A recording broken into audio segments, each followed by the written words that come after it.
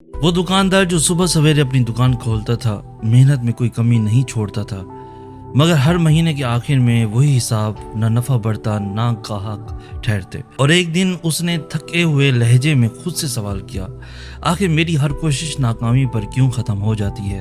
اور یہی سوال ہر اس انسان کے دل میں کبھی نہ کبھی جنم لیتا ہے جو محنت کے باوجود بار بار ناکامی دیکھتا ہے۔ سب سے پہلے یہ سمجھنا بہت ضروری ہے کہ ہر ناکامی کے پیچھے صرف بدقسمتی نہیں ہوتی، بلکہ کبھی کبھار وہ ایک خاموش پیغام ہوتی ہے جسے سمجھنا بہت ضروری ہوتا ہے۔ اور اس پیغام کو سمجھنے کے لیے سب سے پہلے اپنے اعمال کا جائزہ لینا پڑتا ہے، کیونکہ رزق اور برکت کا تعلق صرف محنت سے نہیں بلکہ ان چھوٹی چھوٹی باتوں سے بھی ہوتا ہے جنہیں ہم اکثر معمولی سمجھ کر اگنور کر دیتے ہیں۔ پہلی چیز جو مسلسل ناکامی کی علامت بن سکتی ہے وہ حرام یا مشکوک کمائی کی آمیزش ہے۔ رسول اللہ صلی اللہ علیہ وآلہ وسلم نے فرمایا کہ جو گوشت حرام کمائی سے پروان چڑھے وہ آگ کا مستحق ہے۔ یہ صرف ایک وارننگ نہیں بلکہ ایک اصول ہے کہ جس کمائی میں ذرا سا بھی حرام یا دھوکہ شامل ہو جائے وہ پوری کمائی کی برکت کو کھا جاتا ہے۔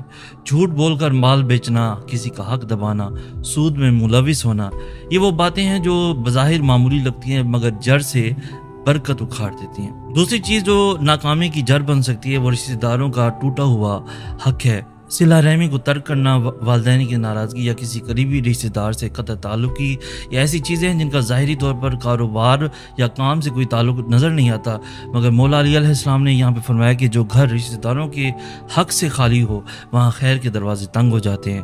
یعنی جتنی زیادہ محنت ہو اگر رشتوں میں درار باقی ہو تو وہ محنت اپنا اثر نہیں دکھا پاتی۔ تیسری اور سب سے گہری علامت وہ ہے جسے اکثر لوگ نظر انداز کر دیتے ہیں، اور وہ ہے دل میں چھپا حسد یا کسی کے لیے بد دعا کا خیال۔ جب انسان اپنی ناکامی پر دوسروں سے حسد کرنے لگتا ہے، دوسروں کی کامیابی دیکھ کر اندر ہی اندر جلتا رہتا ہے، تو یہ حسد نہ صرف اس کے دل کو بے چین رکھتا ہے بلکہ اس کی اپنی محنت پر بھی پردہ ڈال دیتا ہے۔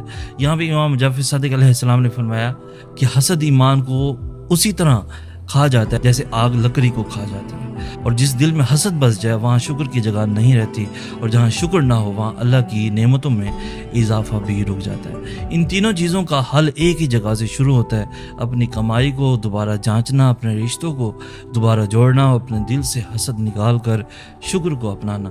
قرآن پاک میں اللہ نے فرمایا کہ استغفار کرو، بے شک اللہ بہت بخشنے والا ہے اور تم پر آسمان سے برکتیں نازل کرے گا۔ یعنی جس دن یہ تین رکاوٹیں دور ہو جائیں گی اسی دن وہ برکت واپس آئے گی جو محنت کے باوجود کہیں کھو چکی تھی۔ اگر یہ بات دل کو لگی ہے تو اسے آگے ضرور پہنچا دینا تاکہ کوئی اور بھی اپنی ناکامیوں کی اصل وجہ سمجھ سکے، اور ہمارے یوٹیوب چینل سید سناز کو ابھی سبسکرائب کر لو تاکہ ایسی مزید باتیں تمہارے دل تک سب سے پہلے پہنچتے رہیں۔ مزید ایسی خوبصورت انفارمیٹیو ویڈیوز کے لیے ہمارا یوٹیوب، ہمارا فیس بک، انسٹاگرام اور ٹک ٹاک پیج کو بھی ابھی فالو کر لو تاکہ ایسی ہر نئی اپڈیٹ، ہر نئی ویڈیو آپ کو بر وقت ملتی رہے۔